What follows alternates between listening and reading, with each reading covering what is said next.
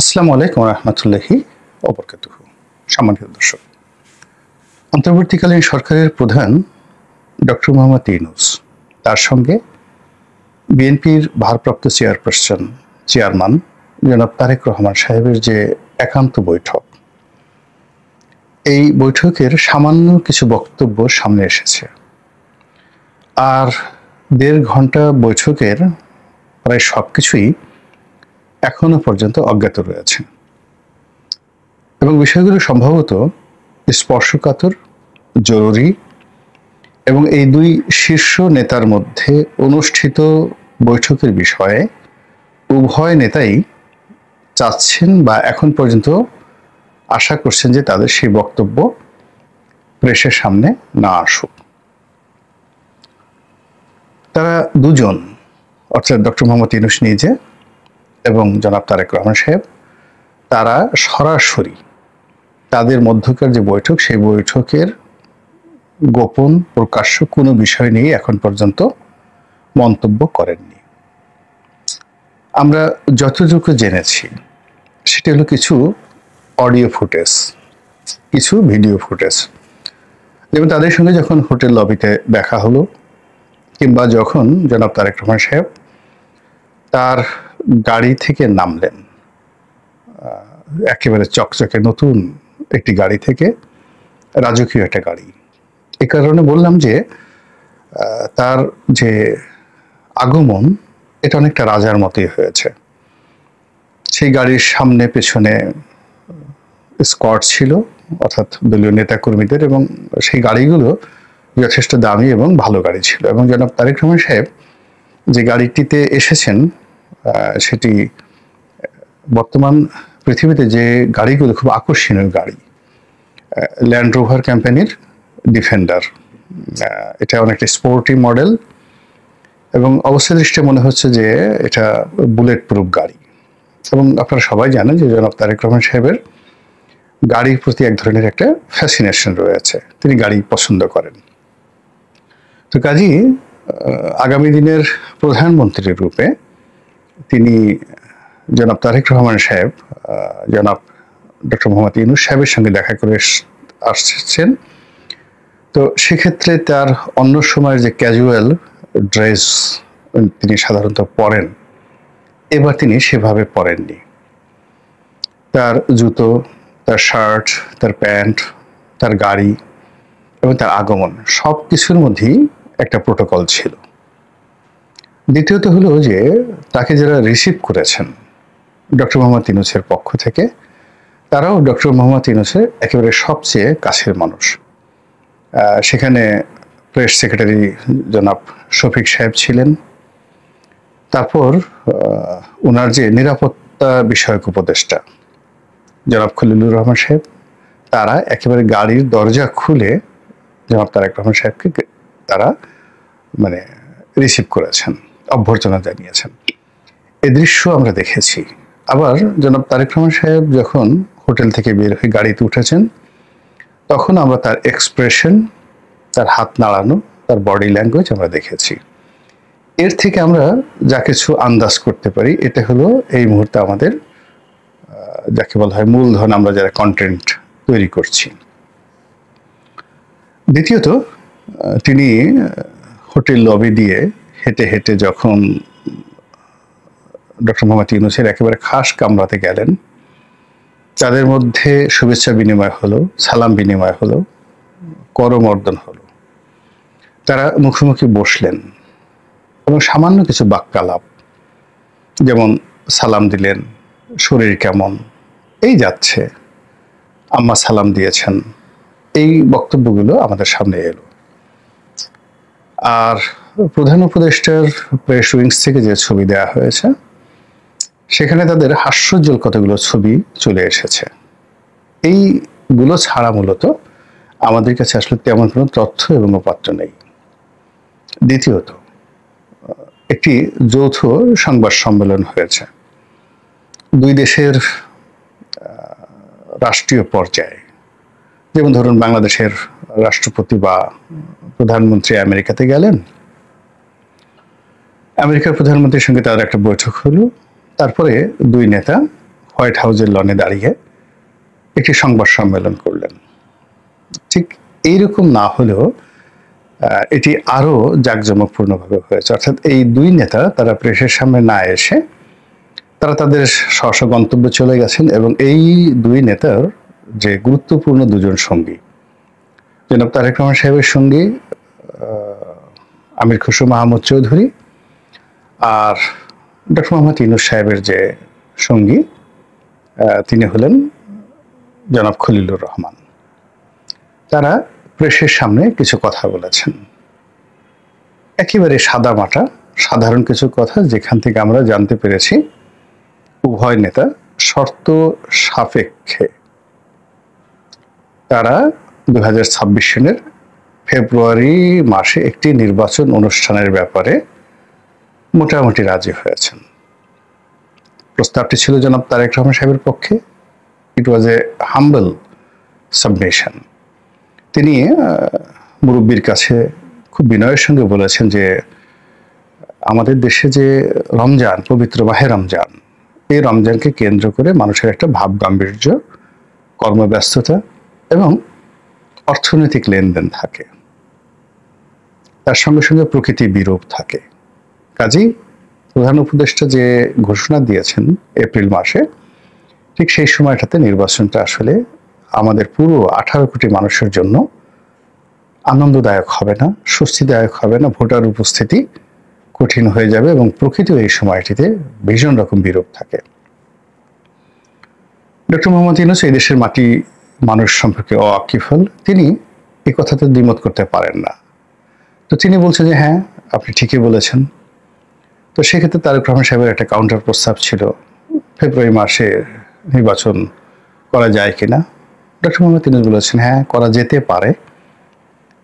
এই সময়টার মধ্যে আমরা যে প্রস্তুতিগুলো নিচ্ছি, সেই প্রস্তুতি হলো এপ্রিলকে কেন্দ্র করে আমরা যে প্রস্তুতি নিয়েছি বা নিচ্ছি নির্বাচন অনুষ্ঠানের জন্য, সেটাকে যদি একটু এগিয়ে আনা যায়, প্রস্তুতি যদি আরো দ্রুততার সাথে করা যায়, যেটা ইলেকশন কমিশন করবে সেইগুলো, তার সঙ্গে সঙ্গে তার যে অন্যান্য বিষয়গুলো রয়েছে, যেমন বিচার, শেখ হাসিনা এবং তার যারা দোষী রয়েছেন তাদের বিচার, এরপর সংস্কার, এই বিষয়গুলো যদি হয়ে যায় তাহলে অসুবিধা নেই। তো ফেব্রুয়ারি মাসে নির্বাচন করতে অসুবিধা নেই। এই হলো কথার মূল প্রতিপাদ্য বিষয়।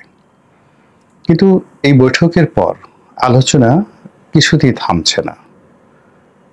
বিএনপির মধ্যে ঠিক ওইরকম মতদ্বৈততা দেখা যাচ্ছে না, কিন্তু যারা জনাব তারেক রহমান সাহেবের ভক্ত এবং বিএনপির একেবারে ডেডিকেটেড যারা নেতাকর্মী রয়েছেন, তারা ভীষণ খুশি। তাদের কাছে মনে হচ্ছে যে ফেব্রুয়ারি মাস এলো বুঝি, একেবারে চোখ বুঝতে বুঝতে চলে আসবে কালকে পরশু, তারপর একটা নির্বাচন হবে, 70% বা 80% মানুষ নির্বাচনে অংশগ্রহণ করবে এবং বেশিরভাগ আসনে বিএনপি জয়ী হয়ে সরকার গঠন করবে এবং জনাব তারেক রহমান সাহেব আমাদের এই বাংলাদেশের মাটিতে পা দিবেন প্রধানমন্ত্রীর রূপে। এই স্বপ্ন এখন বিএনপি যারা নেতা করবে তাদেরকে পেয়ে বসেছে। ফলে তারা ওই যে হোটেলে ঢোকার সময় তারেক রহমান সাহেবের হাঁটা, হাত নাড়ানো, তার যে পোশাক পরিচ্ছদ এবং তার গাড়ির বহর, সব মিলিয়ে সবকিছুর মধ্যে শহীদ প্রেসিডেন্ট জিয়াউর রহমানের রাজস্বিকতা তারা দেখতে পাচ্ছেন। আবার বিএনপির কিছু নেতাকর্মী আছেন সিনিয়র পর্যায়ে, তাদের মধ্যে অভিমান, চাপা অভিমান রয়ে গেছে যে এই বিষয়টা আমাদের সঙ্গে আরেকটু আলোচনা করলে ভালো হতো, আরেকটু কাছাকাছি আসলে ভালো হতো, আমাকে এর সাথে যদি ইনক্লুড করা যেত। আমির খসরু মাহমুদ চৌধুরী সাহেব একা গেলেন, সেখানে যদি 3 সদস্যের আরো কেউ যেতেন তাহলে কেমন হতো। তো এই কথাগুলো নিয়ে এখনো কিন্তু প্রকাশ্যে দলের মধ্যে কোনো কথা হচ্ছে না, কিন্তু বাইরে থেকে এই জিনিসগুলো বোঝা যাচ্ছে। কিন্তু সমস্যা হচ্ছে যে বিএনপির যারা সহযোগী হয়ে পড়েছিলেন এই সময়টিতে, যারা মূলত ডক্টর মোহাম্মদ ইউনূসের প্রতি বিএনপির যে চাপ, সেই চাপ প্রয়োগ করার ক্ষেত্রে অক্সিলারি ফোর্স হিসেবে কাজ করছিলেন ছোট ছোট 4-5টি রাজনৈতিক দলের শীর্ষ নেতারা। তারা এই সরাসরি ডক্টর মোহাম্মদ ইউনূস এবং তারেক রহমান সাহেবের এই বৈঠকের পরে ভীষণ রকম বিব্রতকর অবস্থার মধ্যে পড়ে গেছেন। এর কারণ হলো মধ্যে যে একটা মূলা ছিল বা ডক্টর মোহাম্মদ ইউনূসকে বিব্রত করা, তাকে ভয় দেখানোর যে বিষয়টি ছিল, এই কর্মে যারা নিয়োজিত ছিলেন তাদের এখন আর গুরুত্ব দলের কাছে থাকবে না, বিএনপির কাছে থাকবে না। এই গেল একটা সমস্যা। ২ নম্বর সমস্যা হলো যে বিএনপির একটা বিরোধী শিবির তৈরি হয়ে গিয়েছিল।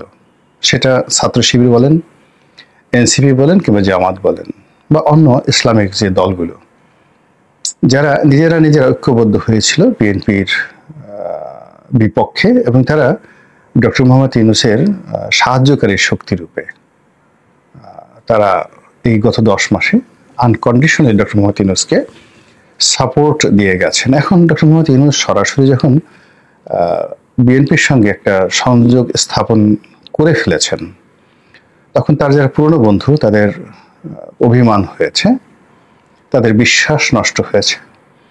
এবং এখানে বিএনপির সঙ্গে যদি ডক্টর মোহাম্মদ ইউনূসের একটা সংযোগ স্থাপিত হয়ে যায়, তাহলে তাদের যে গুরুত্ব জাতীয় রাজনীতিতে, এটা অক্সিলারি ফোর্স হিসেবে থেকে যাবে।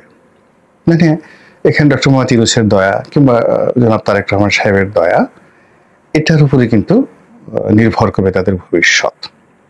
আদারওয়াইজ ইন্ডিপেন্ডেন্টলি, ইন্ডিভিজুয়ালি, অর্থাৎ এককভাবে, স্বাধীনভাবে মুভ করে জনগণের ভোট পেয়ে সংসদে একটা ভালো প্রতিনিধিত্ব করার মতো সংখ্যাগরিষ্ঠতা অর্জন করে মূল বিরোধী দল রূপে কার্যকর ভূমিকা রাখবেন, এরকম রাজনৈতিক দল আসলে আওয়ামী লীগ ছাড়া বিএনপির বিকল্প কেউ নেই। তাদেরকে, অর্থাৎ অন্যান্য যে ছোট ছোট দলগুলো আছে, তাদেরকে অবশ্যই বিএনপি অথবা আওয়ামী লীগের অক্সিলারি ফোর্স হতে হবে, সাহায্যকারী শক্তি হতে হবে, মিত্র হতে হবে, জোটভুক্ত হতে হবে। এটাই আমরা দেখে এসেছি যাকে বলে অতীতকালে। এর বাইরে আমরা দেখেছি নানা রকম কিংস পার্টি, এবং বাংলাদেশে কিংস পার্টি প্রথম শুরু হয়েছিল শহীদ প্রেসিডেন্ট জিয়াউর রহমান সাহেবের আমলে। তিনি মুসলিম লীগকে রিভাইভ করেছিলেন, তার অনুগত শক্তি রূপে জামাতকে রিভাইভ করেছিলেন এবং নিজের দল তিনি ক্ষমতায় থেকেই তিনি গঠন করেছিলেন। তারপরে ওই যে কিংস পার্টি গঠন করার যে প্রক্রিয়া শুরু হলো, ওটা আর থেমে থাকেনি।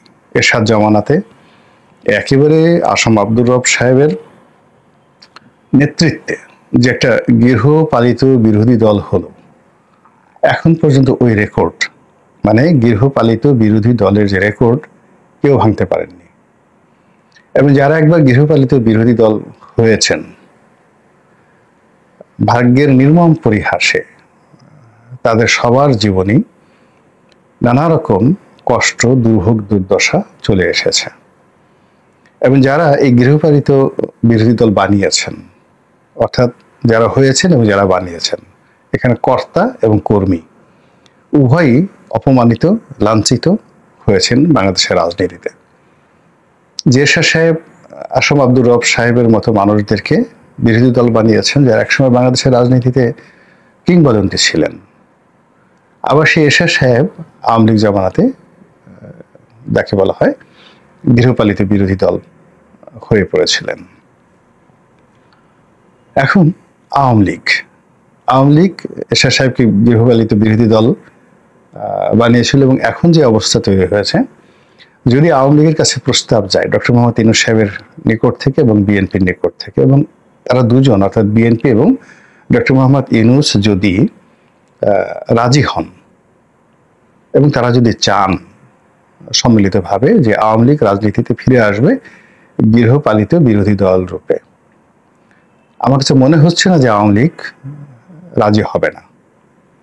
আওয়ামী লীগ একেবারে এরশাদ সাহেবের মতো বা আসাম আব্দুর রব সাহেবের চাইতে অনেক বেশি তৎপরতা দিয়ে দেখে তারা আসবে এবং ফুলের মালা, তার ডক্টর মোহাম্মদ ইউনূসকে ফুলের মালা দেবে এবং তারেক রহমান সাহেবকে দেবে। এটাই হলো ইতিহাসের নির্মম পরিণতি। এবং এখানে আওয়ামী লীগের যে চেইন অফ কমান্ড, এই ধরনের প্রস্তাব যদি এখন প্রকাশ্যে দেওয়া হয় যে আমরা আওয়ামী লীগকে চাচ্ছি ডক্টর মোহাম্মদ ইউনূস চান যে আমরা আওয়ামী লীগকে চাচ্ছি, কিন্তু শর্ত হলো যে এই লোকগুলো থাকবে না যারা কনভিক্টেড, যাদের বিরুদ্ধে মানবতা বিরোধী অপরাধের অভিযোগ আছে। এর বাইরে যে কোনো লোক, আমরা যে সমস্ত মামলাগুলো হয়েছে সেগুলো আমরা মিনিমাইজ করব এবং উইদিন 1 মাসের মধ্যে এই মামলাগুলো ফাইনাল করে ফেলব। মামলা থাকবে অথবা থাকবে না। এবং সেই ক্ষেত্রে যদি আওয়ামী লীগকে রিকনসিলিয়েশন করা হয়, গৃহপালিত বিরোধী দল হওয়ার জন্য আপনি দেখবেন যে কীভাবে হুড়োহুড়ি শুরু হয়ে যায় রীতিমতো। এবং একই অবস্থা কিন্তু 75 থেকে একেবারে 1986 সন পর্যন্ত আওয়ামী লীগও কিন্তু এরশাদের জমানাতে 86 সনের যে নির্বাচনটা হয়েছিল ওটা মূলত গৃহপালিত বিরোধী দলের প্রথম মহড়া। আর দ্বিতীয় মহড়ায় মানে একেবারে যাকে বলা হয় কোনো রকম লাজ লজ্জা ছেড়ে 88 নির্বাচনে আসম আব্দুর রব গৃহপালিত বিরোধী দল হয়েছিলেন। তো এটা হলো বাস্তবতা। তো সেক্ষেত্রে আওয়ামী লীগ যদি মাত্র 50 থেকে 60টি সিট পায়, তাকে যদি কনফার্ম করা হয় যে এই 60টি সিটে আপনাদেরকে ছাড় দেওয়া হবে বা আপনাদেরকে পাশ করিয়ে নেওয়া হবে, অথবা আপনারা সেখানে প্রতিযোগিতা করে পাশ করে আসবেন, বাংলাদেশে একটা নতুন ইতিহাস তৈরি হবে। এবং সেক্ষেত্রে ওই যে অক্সিলারি যে ফোর্সগুলো আছে সেইগুলোর একেবারে মূল্য শূন্য হয়ে যাবে। সেক্ষেত্রে শুধুমাত্র জামাত এবং জাতীয় পার্টি, এই দুটো রাজনৈতিক দল 20 থেকে 25টি করে সিট নিয়ে আসবে। একটা সুন্দর পার্লামেন্ট হবে, 79-র মতো একটা চমৎকার পার্লামেন্ট হবে। অর্থাৎ ধরুন বিএনপি কিছু সিট পেল, এনসিপি কিছু সিট পেল, তারপরে অন্যান্য সব মিলে এটা প্রতিযোগিতার মাধ্যমে এই জিনিসগুলো করা সম্ভব হবে। এবং সেই কাজগুলো হতে পারে এই আশঙ্কায় এখন ডক্টর মোহাম্মদ ইউনূসের সঙ্গে যারা জুটেছেন গত 10 মাসে, এর মধ্যে অসংখ্য কিংস পার্টি আছে, এর মধ্যে নাম জানা অজানা অন্তত 60 থেকে 70টি কিংস পার্টি তো আছেই। তো তাদের যে বিরাট একটা স্বপ্ন ছিল সেই স্বপ্ন ভেঙে খান খান হয়ে গেছে।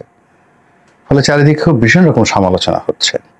1 2 নম্বর হলো যে আরেকটি বক্তব্য, সেটা হলো যেটি তারেক রহমান সাহেবের মুখ থেকে আমরা শুনিনি, ডক্টর মোহাম্মদ ইউনূসের মুখ থেকে আমরা কিন্তু শুনিনি। সেটা হলো যে বিএনপি চায় আগামীতে তারা যদি ক্ষমতায় আসেন তাহলে তারা ডক্টর মোহাম্মদ ইউনূসের যে ইন্টারন্যাশনাল ব্র্যান্ডিংটা রয়েছে এটাকে তারা কাজে লাগাতে চান।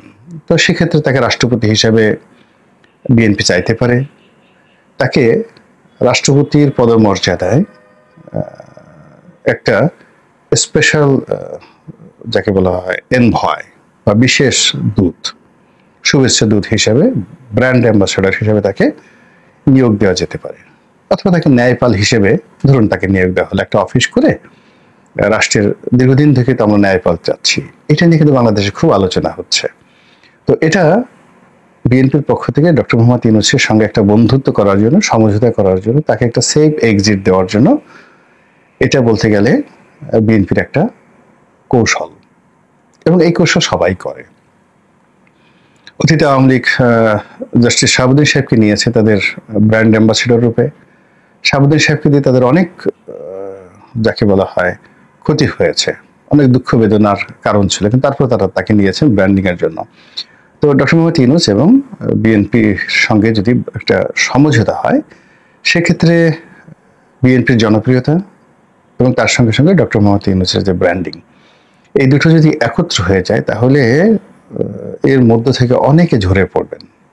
গৃহপালিত দল হিসেবে আওয়ামী লীগের খুব কষ্ট হবে।